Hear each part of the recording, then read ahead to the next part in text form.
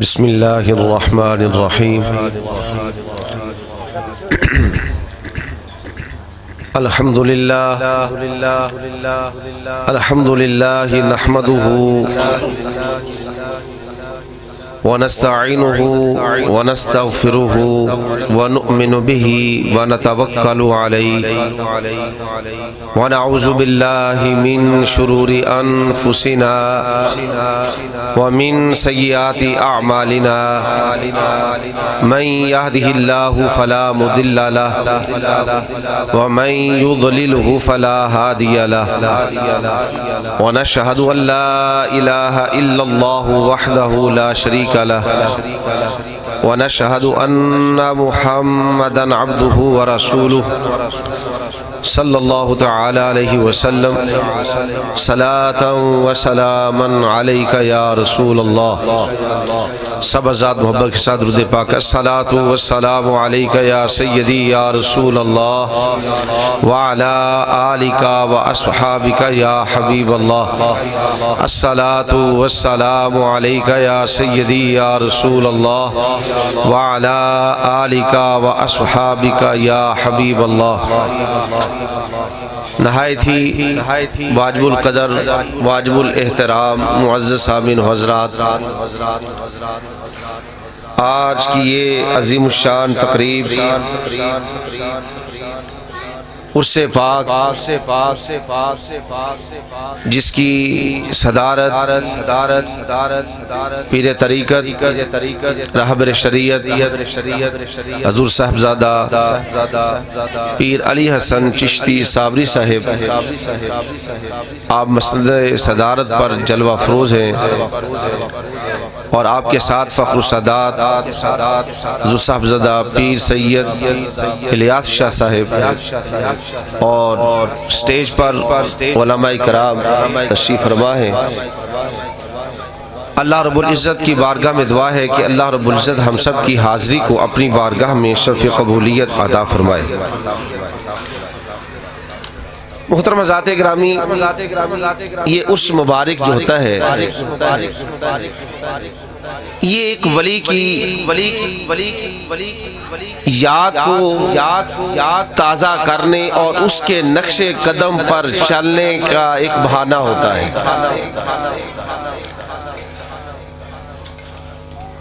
اللہ رب العزت ان اولیاء کاملین کے متعلق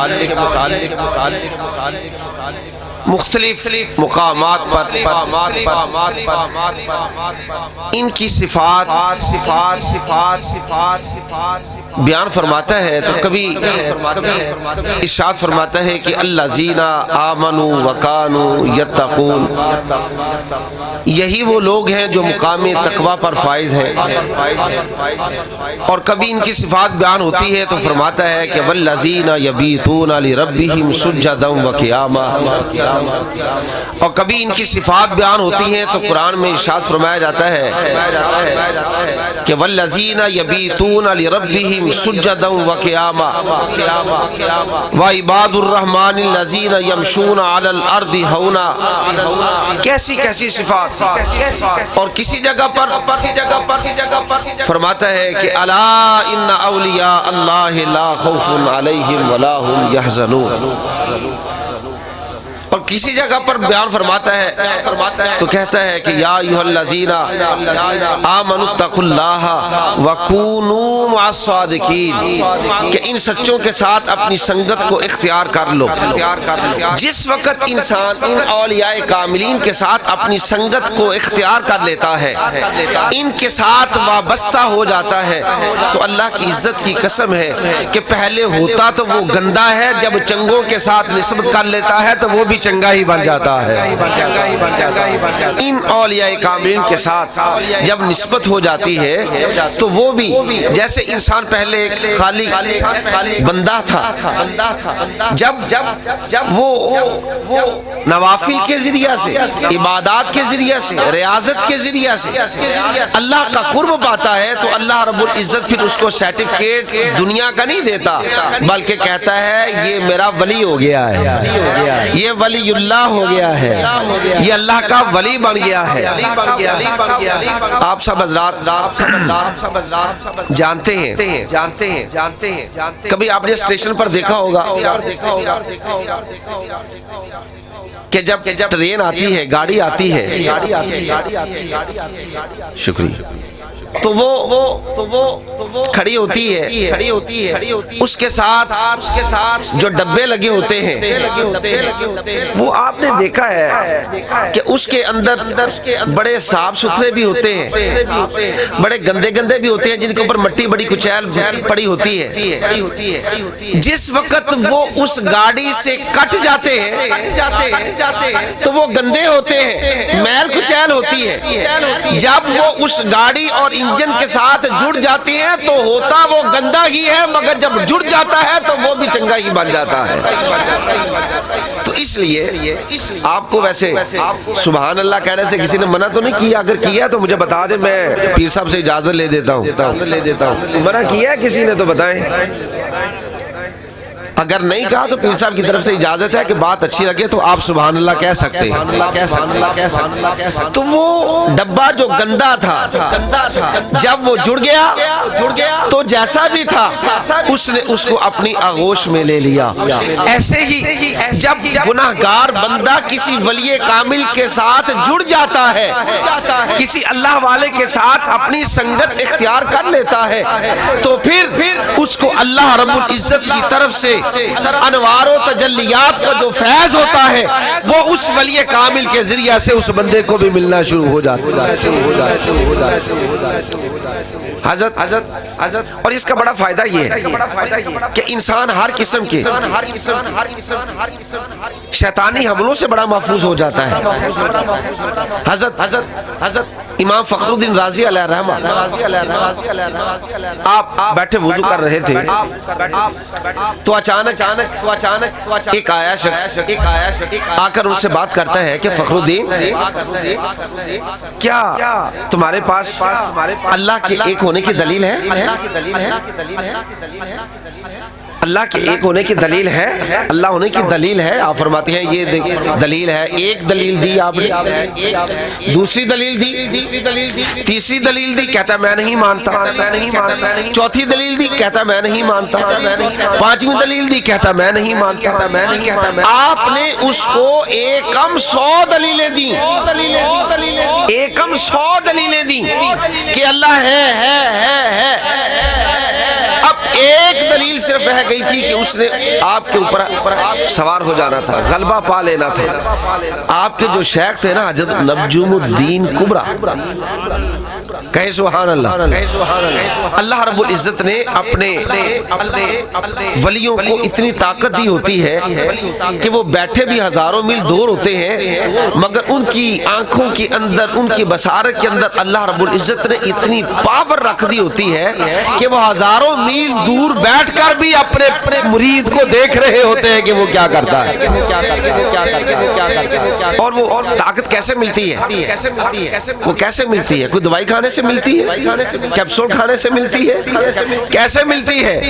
اللہ رب العزت فرماتے ہیں جب میرا بندہ نوافل کے ذریعے سے میرا قرب پاتا ہے، نوافل کے ذریعے سے میرا قرب پاتا ہے، تو پھر میں اس کو اپنا بنا لیتا ہوں، اپنا بنا لیتا ہوں، تو پھر اس کو یہ مقام دیتا ہوں کہ ہاتھ اس کے ہوتے ہیں مگر اس کے اندر پکڑنے کی طاقت میں خود بن جاتا ہوں، زبان اس بندے کی ہوتی ہے مگر اس کے اندر بولنے کی طاقت میں خود بن جاتا ہوں، ہاتھ اس بندے کے ہوتے ہیں مگر پکڑنے کی طاقت میں خود بن جاتا ہوں، آنکھ اس بندے کی ہوتی ہے مگر اس کو دیکھنے کی جو پاور ہوتی ہے وہ میں خود بن جاتا ہوں۔ ارے جب بندہ ہو اور اس کے اندر طاقت اللہ رب العزت کی آ جائے، ہم ماننے کے لیے تیار نہیں ہوتے، مگر میں ماننے کے لیے آپ کو ایک مثال دیتا ہوں۔ آپ نے کبھی حضرات نے دیکھا ہوگا کہ جب کسی انسان کے اندر کوئی بیرونی چیز آ جاتی ہے نا، جس کو ہم کہتے ہیں کہ اس کے اندر جن آ گیا، کوئی جن آ جاتا ہے نا تو آپ حضرات نے دیکھا ہوگا کہ اس آدمی کو کسی دو آدمی نے اس کے بازو پکڑے ہوں گے، دو آدمیوں نے اس کو ادھر سے پکڑا ہوگا، کسی نے اس کو جفا ڈالا ہوگا، کسی نے اس کی ٹانگیں پکڑی ہوگی. ارے بھی کیا ہو گیا آپ کو؟ اس کو چھوڑو یار، ایک انسان ہے، تم نے اتنے آدمیوں نے اس کے اوپر قبضہ کیا ہوا ہے.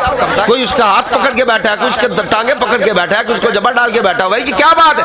اجی اس کے اندر جن آ گیا ہے، اس کے اندر طاقت بڑی آ گئی ہے، پکڑا نہیں جا رہا. ارے خدا کے لیے سوچو، اگر ایک بندے کے اندر جن کی طاقت آ جائے تو وہ بے قابو ہو جاتا ہے. ارے جس کے اندر خدا کی طاقت آ جائے بڑا اس کا اندازہ کیا ہو سکتا ہے. اگر ایک آدمی میں جن کی طاقت اتنی آ جائے تو ہم اس کو ماننے کے لیے تیار ہیں کہ آدمی ایک ہے، قابو اس کو ساتھ کر کے بیٹھے ہوئے ہیں. جس کے اندر طاقت بڑی آ گئی ہے، اس کے اندر پاور بڑی آ گئی ہے، یہ پکڑا نہیں جا رہا. اللہ اکبر. جب جن کی طاقت اتنی ہے تو جس کو اللہ کریم خود کہے یہ میرا ہے میں اس کا ہوں، جس کو اللہ کریم خود کہے یہ میرا ہے میں اس کا ہوں، اس نے اپنے آپ کو میری ذات میں فنا کر دیا ہے. اب ہاتھ اس کا ہے، پکڑتا میں ہوں، آنکھ اس کی ہے، دیکھتا میں. یہاں تک کہ اللہ رب العزت فرماتا ہے کہ جب وہ بندہ میرا ہو جاتا ہے، میرا بن جاتا ہے، تو میں تو اس کو مقام کن بھی عطا کر دیتا ہوں. جس طرح میں کسی کام کے کرنے کے لیے کن کہتا ہوں تو وہ میرا بندہ بھی کسی کام کے کرنے کے لیے کسی چیز کو کن کہتا ہے. تو زبان اس کی ہوتی ہے مگر کن کی تاثیر میں پیدا کر دیتا ہوں. تو جس وقت وہ سوال کر رہا تھا حضرت فخر الدین رازی سے کہ بتاؤ خدا ہے، خدا ہے، خدا ہے. آپ فرماتے ہیں دلیل دی، یہ دلیل، یہ دلیل، یہ دلیل. اور ابھی دیکھو تو صحیح آسمان کو، کوئی ستون ہے اتنا بڑا آسمان جس نے بنایا وہی تو خدا ہے، وہی تو خدا ہے. ارے بھی دیکھو تو صحیح زمین کو، بھئی زمین نیچے پانی ہے، اوپر زمین ہے. ارے بھئی پانی کے اندر کوئی چیز رکھیں، اس کے اوپر رکھیں تو وہ ٹھہرتی نہیں ہے. مگر یہ خالق کائنات کی قدرت کا نظارہ ہے نا. دیکھو کہ نیچے پانی، اوپر زمین کو فرش بچا دیا. ارے کیا کیا دلیلیں آپ نے دی، مگر وہ کہتا ہے کہ میں نہیں مانتا. آپ کے شیخ، آپ کے پیر، آپ کے مرشد کامل نجم الدین کبرا رحمت اللہ تعالی علیہ، آپ دور سے یہ سارا منظر دیکھ رہے تھے، وہی صحیح آپ نے فرمایا اے فخر الدین اس سے کہہ میں اپنے رب کو بغیر کسی دلیل کے ہی مانتا ہوں. آپ کے پاس بیٹھے ہوئے کچھ لوگ پوچھتے ہیں حضور یہ کیا بات ہے، کسے آپ فرما رہے ہیں؟ ہمارے پاس تو کوئی بھی نہیں ہے اور آپ فرما رہے اسے کیا ہے، یہ کون ہے؟ آپ فرماتے ہیں میرا مرید ہے وہ فخر الدین، وہ فخر الدین. اور اس کے پاس شیطان آ گیا تھا، شیطان آ گیا تھا. وہ شیطان ان کو بہکا رہا تھا، پھسلا رہا تھا کہ یہ فخر الدین پھسل جائے کہ کوئی خدا نہیں ہے، کوئی خدا نہیں ہے، کوئی خدا نہیں ہے. دلیلیں دی، وہ کہتا میں نہیں مانتا، میں نہیں مانتا، میں نہیں مانتا. جب میں نے دیکھا نا کہ مرید میرا ہے کہیں پھسل نہ جائے، فرمایا میں نے اس کو کہا فخر الدین کہہ دے میں دلیلیں نہیں دیتا، جا میں بغیر دلیل کے ہی اپنے رب کو مانتا ہوں. پتہ یہ چلا کہ یہ نسبت جو ہوتی ہے یہ فائدہ دیتی ہے کہ انسان پھسلنے سے بھی بچ جاتا ہے. اس لیے کہا کہ آمنوا اتقوا اللہ وکونوا مع الصادقین، ان سچوں کے ساتھ اپنی نسبت اختیار کر لو، سچوں کے ساتھ ہو جاؤ، سچوں کے ساتھ اپنی نسبتیں قائم کر لو. یہ نسبت بڑا فائدہ دیتی ہے. اب دیکھیے آج ہم کہہ تو دیتے ہیں کہ یہ شرک ہے، یہ ناجائز ہے، درباروں پر نہ جاؤ، مزاروں پر جانا ہو، اللہ ہی کافی ہے، کوئی سی چیز کی ضرورت نہیں ہے، کوئی مشکل کشا نہیں ہے. معاذ اللہ ایسی بات کوئی نہیں ہے. اللہ کو مشکل کشا مانو خدا ہونے کے اعتبار سے، اور اللہ کے غیر کو مشکل کشا مانو اس کا غیر ہونے کے اعتبار سے. پھر کوئی مشکل پریشانی نہیں رہتی. اللہ ہی کافی ہے خالق ہونے کے اعتبار سے کہ وہ خالق ایک ہی ہے، اس کے علاوہ اور کوئی خالق نہیں ہے. وہ خالق ایک ہی ہے، اس کو خالق ہونے کے اعتبار سے ایک مانے، اور اس کے علاوہ جتنے اسباب ہیں ان سب کو اسباب کو ماننے کے لیے آپ تیار ہیں. ڈاکٹر کو آپ ماننے کے لیے تیار ہیں کہ یہ غیر اللہ ہے اور یہ مشکل کشا ہے. بیماری کے لیے آپ اس کے پاس چلے جاتے ہیں، اور اپنے جو مسائل ہیں ان کے حل کے لیے آپ عدالت میں چلے جاتے ہیں. حالانکہ مسائل کو اللہ حل کرنے والی ذات تو وہ خالق کائنات ہے. کیوں جاتے ہیں اس کو چھوڑ کر؟ پتہ یہ چلا تو جواب یہ دینا پڑے گا کہ وہ خالق ہونے کے اعتبار سے عادل ہے، اور یہ وکالا، یہ جج، یہ عدالتیں اللہ کے دیے ہوئے فضل اور کرم اور اس کی عطا کے ساتھ یہ مشکل کشا شفا دینے والی ذات اللہ کی ذات ہے۔ مگر ڈاکٹر کے پاس جب جاتے ہیں تو کیا آپ کہیں گے یہ ڈاکٹر خدا ہے؟